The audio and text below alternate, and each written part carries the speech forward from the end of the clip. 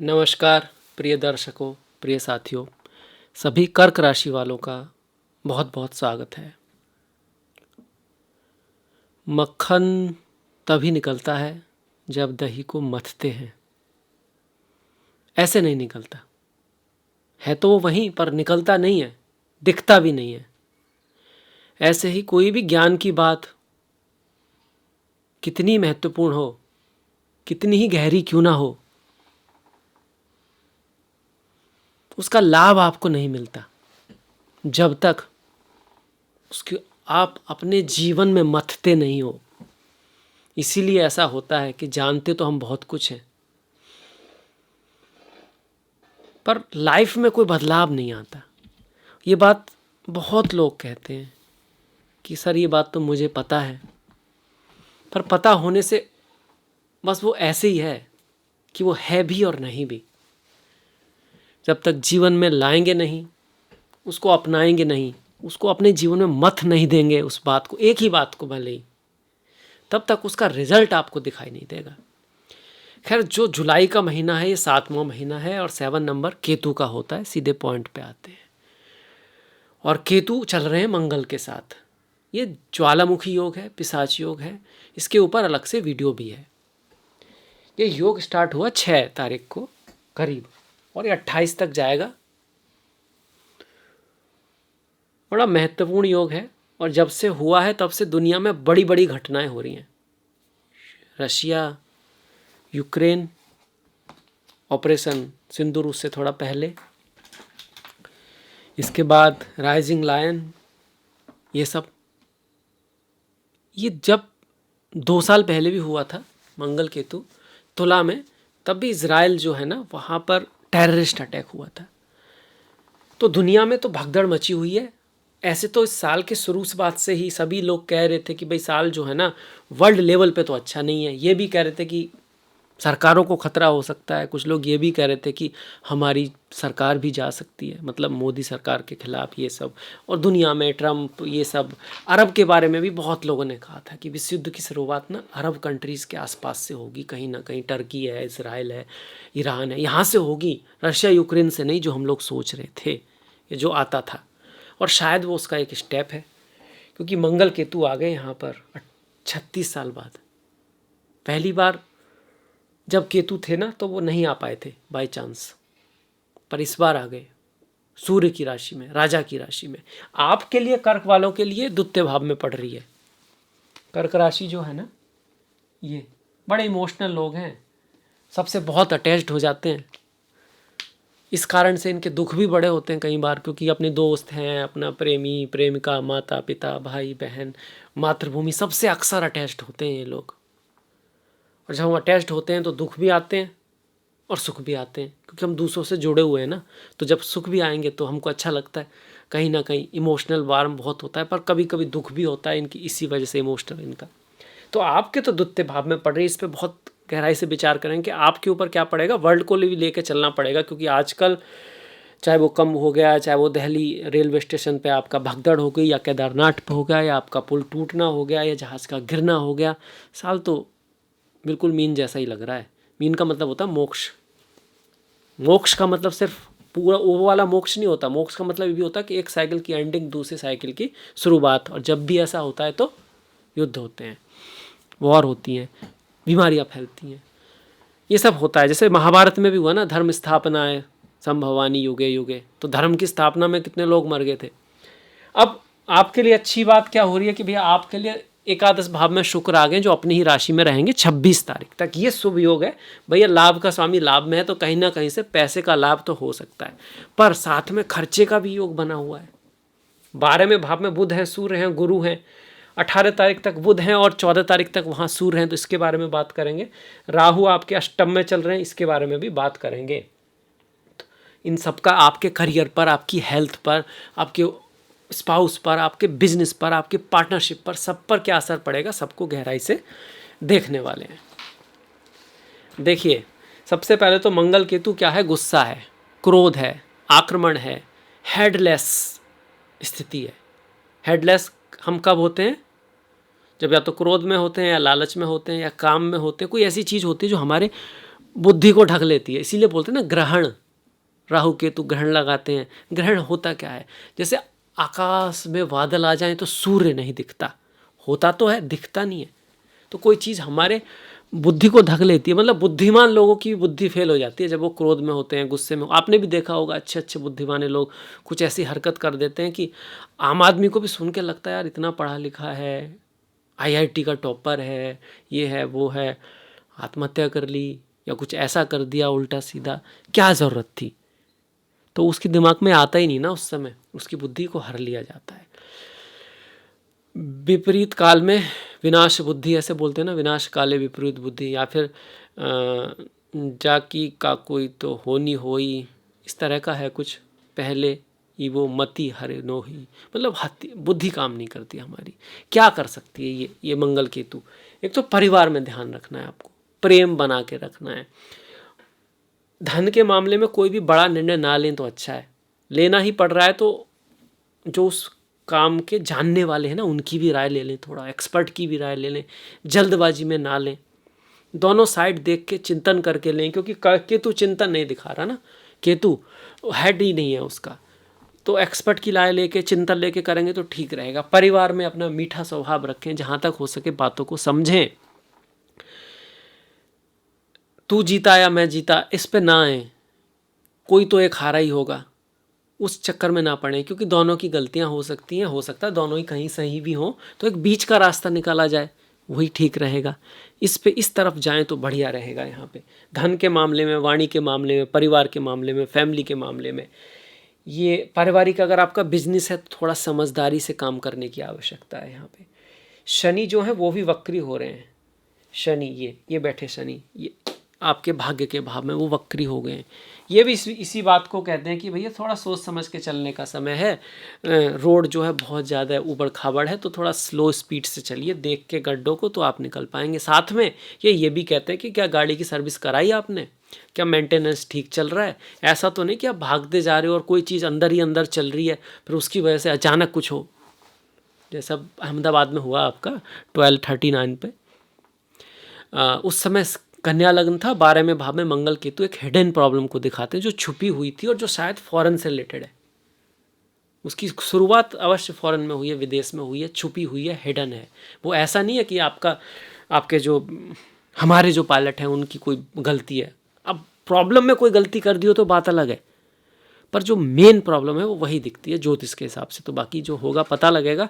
और पूरा इस चीज़ का आना मुश्किल है, क्योंकि नक्षत्र ऐसे हैं, मूला जो जड़ों को दिखाता है, कुछ बातें तो जड़ों में ही रह जाएंगी, उनको सामने ना लाया जाए, हो भी सकता है कुछ आएंगी। अब ये शनि क्या कह रहे हैं, भाग्य में वक्री होके, देखो भैया भाग्य बहुत ज़्यादा है, 13 तारीख के बाद बहुत तेज़ी से साथ दे ऐसा नहीं है, थोड़ा सोच सोच के देख देख के आराम से आपको काम करना है। वैसे भी 6 तारीख से देवशयन एकादशी है, देव सोने जा रहे हैं, और इसके बाद लोग शादी विवाह तो नहीं करते हैं, एक पार्टनरशिप तो नहीं बनाते हैं। तो कहीं ना कहीं कुछ बहुत बड़ा करना है तो कुछ दिनों के लिए टाल दो तो ठीक ही रहेगा, अच्छा ही रहेगा। अच्छी बात क्या है, पुरानी चीज़ों से लाभ हो सकता है, पुराने दोस्तों से, पुरानी फ्रेंडशिप से, पुराने जो भी आपका काम चल रहा है वो उसी तरह चलता रहे, उसमें कोई बहुत बड़ी दिक्कत नहीं आएगी, ऐसा है। हाँ, जो आपने मनी ऑलरेडी कमा चुकी है उसका कोई खर्च आ सकता है, आपको खर्च करना पड़ सकता है। आप इन्वेस्ट ऐसी जगह कर सकते हो जहाँ लॉस का चांसेस है, तो वो आपको क्या करना है, सोच समझ के, एक्सपर्ट की राय लेके, अपना थोड़ा सा इमोशन को साइड में रख के निर्णय लेना है। इमोशन कई बार अच्छे होते हैं हमारे लिए, पर कई बार इमोशन हमको कमज़ोर कर देते हैं। जैसे कई बार कुछ होता है ना, किसी के साथ कुछ हो गया तो लोग डिप्रेशन में चले जाते हैं, अपना काम ही छोड़ देते हैं। अब जब आप अपना ही काम छोड़ रहे हो तो जिसके लिए दुख में जा रहे हो उसी की क्या सहायता कर लोगे आप, है ना। उस नज़रिए से देखा जाए तो इमोशन फिर कभी कभी भारी भी पड़ते हैं व्यक्ति पे। दूसरी तरफ कई बार आपके इमोशन आपको स्ट्रांग भी बनाते हैं, कुछ अचीव करने की, अपने लिए नहीं, दुनिया के लिए भी, प्रभु के लिए भी, ईश्वर का भी कोई काम करना है तो उसके लिए भी तो आपको कर्तव्य की आवश्यकता होती है ना, मेहनत की आवश्यकता होती है, कर्म की आवश्यकता होती है। तो इमोशन अच्छे भी होते हैं, तो आपको देखना है कि उन इमोशन को किस हद तक आपको इस तरह से मतलब अपने जीवन में उतारना है कि वो आपको आगे बढ़ाएं, दूसरों को भी आगे बढ़ाएं। ये आपको देखना पड़ेगा, क्योंकि यहाँ पर तीव्र इमोशन भी दिखाता है जब मंगल केतु मिलते हैं। क्यों? क्योंकि मंगल के अंदर डिसिप्लिन है, मंगल के अंदर पराक्रम है, मंगल के अंदर शक्ति है, और केतु के पास और भी ज़्यादा शक्ति है, दोनों हाथों में तलवार है पर सर नहीं है। तो मतलब ऊर्जा को जब डायरेक्शन ना मिले तो वो कहीं भी जा सकता है, इसीलिए इसको टेररिस्ट योग भी कहते हैं, कहीं भी चला जाता है। टेररिस्ट जो है वो बहुत, कहोगे बहुत कुछ करने को तैयार है, ऊर्जा भरी पड़ी, अपनी जान को भी वो लगा रहा है किसी बड़े उद्देश्य के लिए। उसकी नज़र में तो वो बड़ा ही है, नहीं तो अपनी जान क्यों देता। इसी तरह से कई बार गुस्से में लोग ऐसा कुछ कर देते हैं, क्रोध में कर देते हैं, काम में कुछ कर देते हैं, पूरी ज़िंदगी बर्बाद कर लेते हैं अपनी इस तरह से। तो ऐसा नहीं आपके साथ होने वाला है, डरने की कोई बात नहीं है, पर उस चीज़ का ध्यान जरूर रखना है कि भाई थोड़ा बुद्धिमानी से काम लेने का महीना है ये। भीड़ की जगह पे कम जाने की कोशिश करें इस महीने, क्योंकि अग्नि बहुत है। अग्नि, मंगल अग्नि है आपकी, मंगल सूर्य की राशि में, सूर्य तो डबल अग्नि है, ऊपर से केतु है, उस चीज़ को ट्रिपल कर देते हैं। और वायु की राशि में राहु बैठे हुए हैं, तो वायु और अग्नि तत्व बहुत है। तो वायु मतलब आकाश, आकाश तत्व जो है वो, जो कि शनि भी उसमें बैठे हैं मीन राशि में, जो आकाश तत्व को दिखाती है, जल तत्व को दिखाती है। मीन आकाश को भी दिखाता है और समुद्र को भी दिखाता है आपका।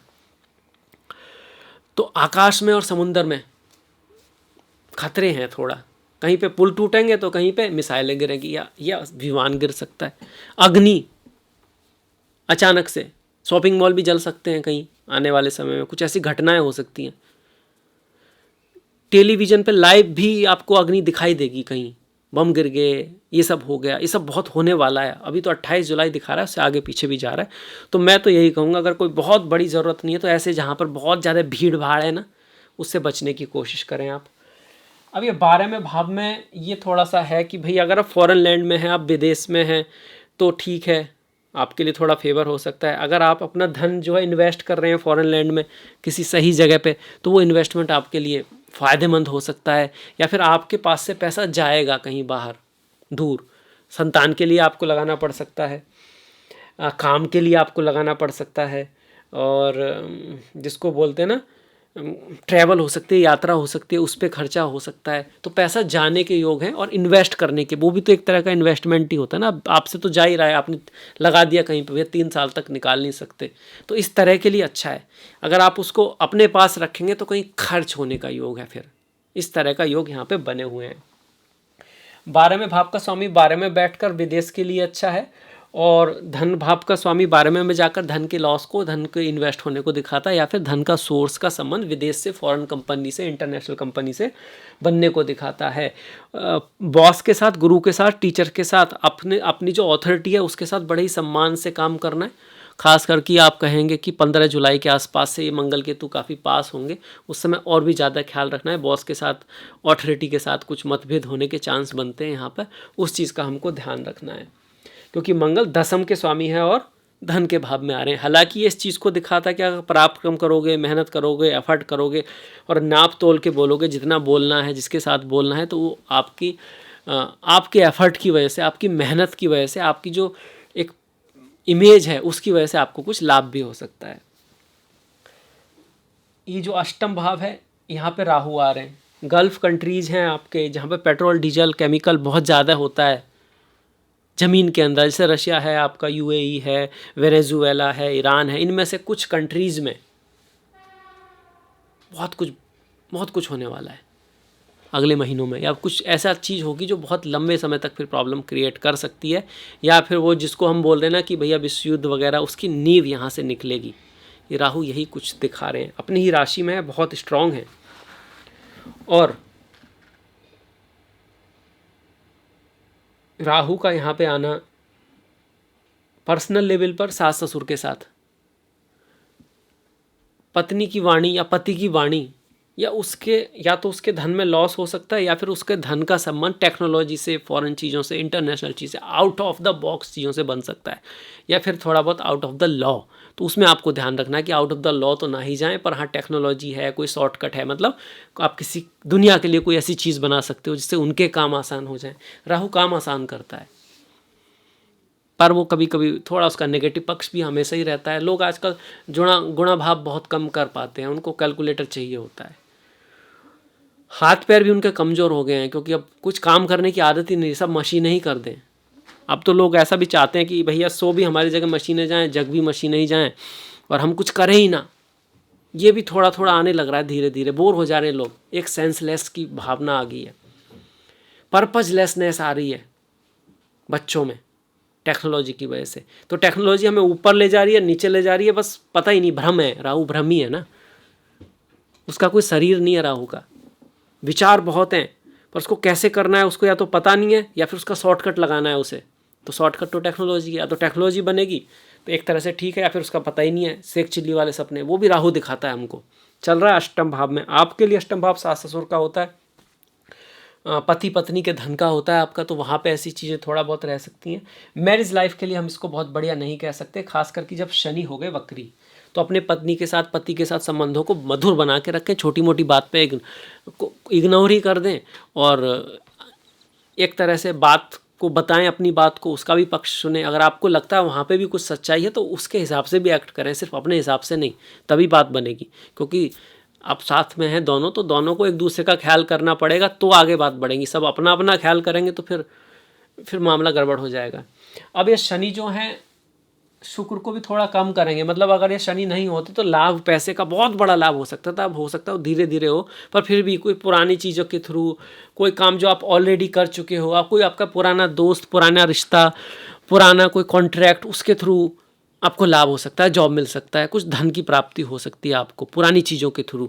फीमेल्स का इसमें बहुत बड़ा रोल हो सकता है, कला का रोल हो सकता है, इत्र का रोल हो सकता है, फ्लावर्स का रोल हो सकता है, मीडिया का रोल हो सकता है, क्रिएटिविटी का रोल हो सकता है, डिजाइनिंग का रोल हो सकता है। कोई भी ऐसी चीज़ जो शुक्र से रिलेटेड है वो आपके लिए अच्छी रहेगी, बढ़िया रहेगी। इसलिए औरतों के साथ, फीमेल्स के साथ आपको रिश्ते बहुत मधुर करके रखने की आवश्यकता है, और उससे कुछ ना कुछ आपको लाभ होने की संभावना बन रही है। शुक्र का बहुत अच्छा योग है। चौथे भाव, कहीं ट्रैवल, यात्रा जाने का बहुत योग है आपका। और घर, गाड़ी, भूमि, वाहन खरीदते वक्त आपको ध्यान रखना है, डॉक्यूमेंट्स वगैरह ज़रूर चेक कर लेने हैं, और किसी भी चीज़ में जल्दबाजी में कुछ भी नहीं करना है। आज नहीं हो सकता तो कल कर लेंगे, कोई बात नहीं, आराम से करके चेक करके करना है आपको, तो चीज़ें ठीक रहेंगी। शनि की जो लास्ट दृष्टि है शत्रु के भाव पर पड़ रही है, उसमें कोई दिक्कत नहीं है, शत्रु का विनाश होगा, शत्रु आपका खुद ही आपसे दूर हो जाएगा। कोर्ट केस वगैरह में आपको विजय होने के चांस यहाँ पे बन रहे हैं, पर कोशिश यही करना है कि शत्रु ना ही बने तो ठीक है ना, लड़ाई झगड़े में रखा ही क्या है, समय भी बर्बाद होता है, तो वो एक अलग फैक्टर है। पर हाँ, ये जो एस्पेक्ट है वो ठीक ही है। अगर आप जॉब की तलाश में थे, काम की तलाश में थे, तो आपको काम मिलने के चांसेस बना रहे हैं, गुरु और शनि दोनों मिलके, क्योंकि गुरु भी इस छठे भाव को देख रहे हैं, शनि भी इस भाव को देख रहे हैं। छठा भाव ना रोग ऋण शत्रु का है, मतलब कोई आपका रोग है तो ठीक हो सकता है, ऋण आपका है तो उतर सकता है, शत्रु है तो उस पर आप विजय प्राप्त कर सकते हैं। नौकरी भी है, ये आपका डेली वो भी है, जिसको बोलते हैं रूटीन, तो आपके रूटीन में कोई बड़ा बदलाव आ सकता है जो पॉजिटिव हो, जो आपको शक्तिशाली बनाए, जो आपको आगे बढ़ने के लिए प्रेरणा दे।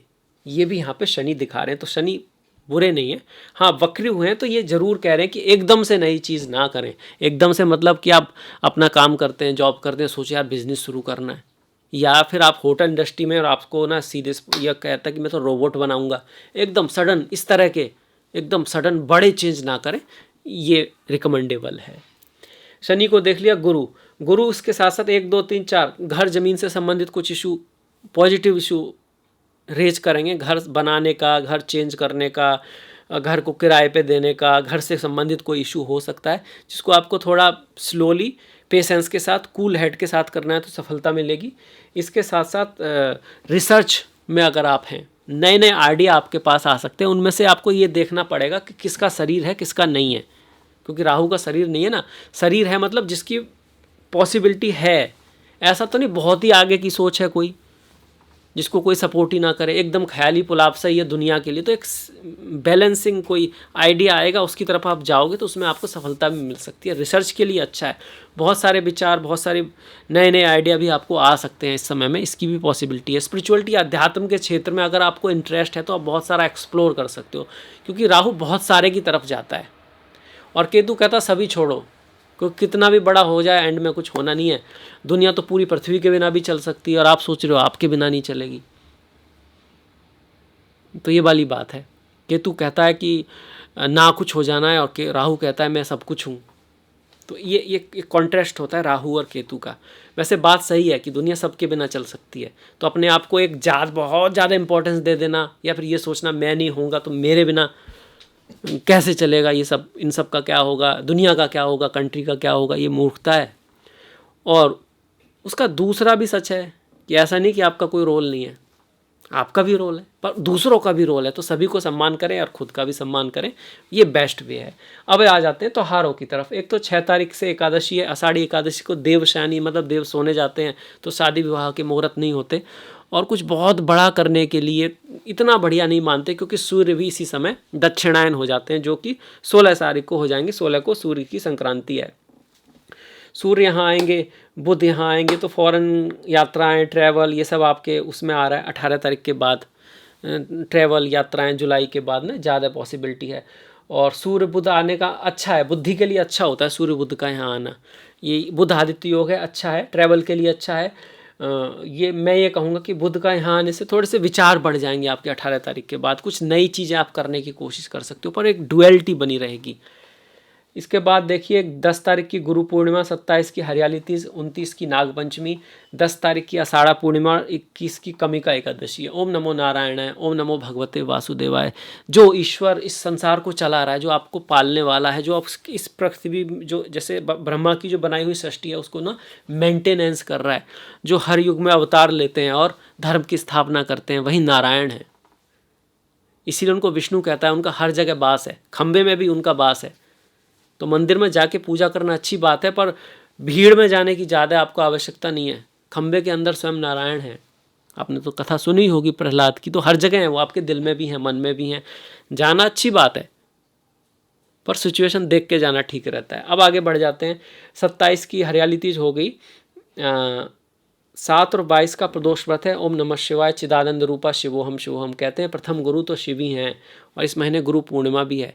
गुरुओं की रेस्पेक्ट करना, माता पिता की रेस्पेक्ट करना, बड़ों को सीखना, बड़ों को सुनना बहुत बड़ी बात है, क्योंकि उनकी नॉलेज सिर्फ उनकी नहीं है, पीढ़ियों से आई है। जैसे आपकी भी शरीर में जो कुछ है वो सिर्फ आपका नहीं है, पीढ़ियों से आया है, जीन्स के थ्रू। बहुत सारी इन्फॉर्मेशन आपके अंदर जो है वो पीढ़ियों से चलती हुई आ रही है। ऐसे गुरु टीचर को रेस्पेक्ट करने को इसलिए कहा गया है कि हो सकता है उनके पास कोई ऐसी बात हो जो 50 साल मेहनत करके सीखो, और उनसे आप एकदम सीख सकते हो। पर कब? जब आप उस पर विचार करोगे। शुरू में ऑड लग सकती है, खास करके अगर वो बहुत ही ज़्यादा एक्स्ट्रा इंटेलिजेंट बात है तो वो ऑड लगेगी ही। उस पर आप मंथन करोगे, इसलिए हर विचार पे मंथन करना बहुत ज़रूरी है। इसलिए हमारे शास्त्रों में ध्यान को इतना इंपॉर्टेंस दिया गया है। 14 तारीख की संकष्टी है, और 24 तारीख की श्रावण अमावस्या है, 24 की शिवरात्रि है। अभी 24 की अमावस्या मतलब अमावस्या रात को होगी। 16 तारीख की कर्क संक्रांति है। सूर्य का परिवर्तन जो होगा वो 16 तारीख को होगा। तो ये था मेरी तरफ से कर्क राशि वालों का राशिफल। आपने अंत तक देखा, इस वीडियो को इतना समय दिया, और समय दुनिया में सबसे महत्वपूर्ण है। तो आपका बहुत बहुत धन्यवाद। नमस्कार।